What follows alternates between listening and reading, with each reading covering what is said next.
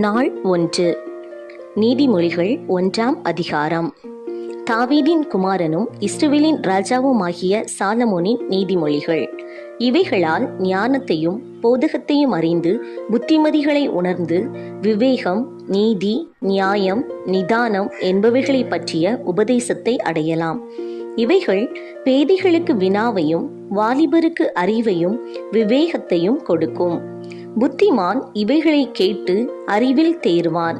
விவேகி நல்லாலோசனைகளை அடைந்து நீதிமொழியையும் அதன் அர்த்தத்தையும் ஞானிகளின் வாக்கியங்களையும் அவர்கள் உரைத்த புதைபொருள்களையும் அறிந்து கொள்வான். கர்த்தருக்கு பயப்படுதலே ஞானத்தின் ஆரம்பம். மூடர் ஞானத்தையும் போதகத்தையும் அசட்டை பண்ணுகிறார்கள். என் மகனே, உன் தகப்பன் புத்தியை கேள், உன் தாயின் போதகத்தை தள்ளாதே. அவைகள் உன் சிரசுக்கு அலங்காரமான முடியும், உன் கழுத்துக்கு சரப்பணியுமாய் இருக்கும். என் மகனே, பாவிகள் உனக்கு நயம் காட்டினாலும் நீ சம்மதியாதே. எங்களோடே வா, இரத்தம் சிந்தும்படி நாம் பதிவிருந்து குற்றமற்றிருக்கிறவர்களை முகாந்திரமின்றி பிடிக்கும்படி ஒளித்திருப்போம். பாதாளம் விழுங்குவது போல் நாம் அவர்களை உயிரோடே விழுங்குவோம். குழியில் இறங்குகிறவர்கள் விழுங்கப்படுவது போல் அவர்களை முழுமையும் விழுங்குவோம். விலையுயர்ந்த சகலவித பொருட்களையும் கண்டடைவோம். கொள்ளை பொருளினால் நம்முடைய வீடுகளை நிரப்புவோம். எங்களோட பங்காளியாயிரு, நம்மெல்லாருக்கும் ஒரே பை இருக்கும் என்று அவர்கள் சொல்வார்களாகில், என் மகனே, நீ அவர்களுடைய வழி நடவாமல் உன் காலை அவர்கள் பாதைக்கு விலக்குவாயாக. அவர்கள் கால்கள் தீங்கு செய்ய ஓடி இரத்தம் சிந்த தீவிரிக்கிறது. எவ்வகையான பட்சியானாலும் சரி, அதன் கண்களுக்கு முன்பாக வலையை விரிப்பது விருதா. இவர்களோ தங்கள் இரத்தத்திற்கே பதிவிருக்கிறார்கள், தங்கள் பிராணனுக்கே ஒளி வைத்திருக்கிறார்கள்.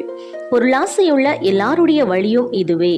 இது தன்னுடையவர்களின் உயிரை வாங்கும். ஞானமானது வெளியே நின்று கூப்பிடுகிறது, வீதிகளில் சத்தமிடுகிறது. அது சந்தடியுள்ள தெருக்களின் சந்திலும் ஒலிமுக வாசலிலும் நின்று கூப்பிட்டு பட்டணத்தில் தன் வார்த்தைகளை வசனித்து சொல்லுகிறது. பேதைகளே, நீங்கள் பேதமையை விரும்புவதும், நிந்தனைக்காரரே, நீங்கள் நிந்தனையில் பிரியப்படுவதும், மதியீனரே, நீங்கள் ஞானத்தை வெறுப்பதும் எதுவரைக்கும் இருக்கும்? என் கடிந்து கொள்ளுதலுக்கு திரும்புங்கள். இதோ என் ஆவியை உங்களுக்கு அருளுவேன், என் வார்த்தைகளை உங்களுக்கு தெரிவிப்பேன். நான் கூப்பிட்டும் நீங்கள் கேட்க மாட்டோம் என்கிறீர்கள்.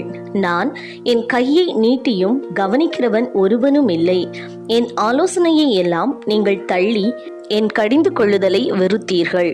ஆகையால் நானும் உங்கள் ஆபத்து காலத்தில் நகைத்து நீங்கள் பயப்படும் காரியம் வரும்போது ஆகிடியம் பண்ணுவேன்.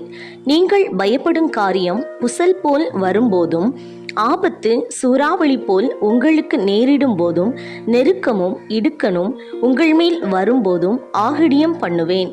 அப்பொழுது அவர்கள் என்னை நோக்கி கூப்பிடுவார்கள், நான் மறு உத்தரவு கொடுக்க மாட்டேன். அவர்கள் அதிகாலையிலே என்னை தேடுவார்கள், என்னை காண மாட்டார்கள். அவர்கள் அறிவை வெறுத்தார்கள், கர்த்தருக்கு பயப்படுதலை தெரிந்து கொள்ளாமற் போனார்கள். என் ஆலோசனையை அவர்கள் விரும்பவில்லை, என் கடிந்து கொள்ளுதலை எல்லாம் அசட்டை பண்ணினார்கள்.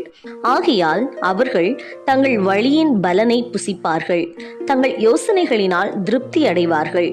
பேதைகளின் மாறுபாடு அவர்களை கொல்லும், மூடரின் நிர்விசாரம் அவர்களை அழிக்கும். எனக்கு செவி கொடுக்கிறவன் எவனோ அவன் விக்கினமின்றி வாசம் பண்ணி ஆபத்திற்கு பயப்படாமல் அமைதியாயிருப்பான்.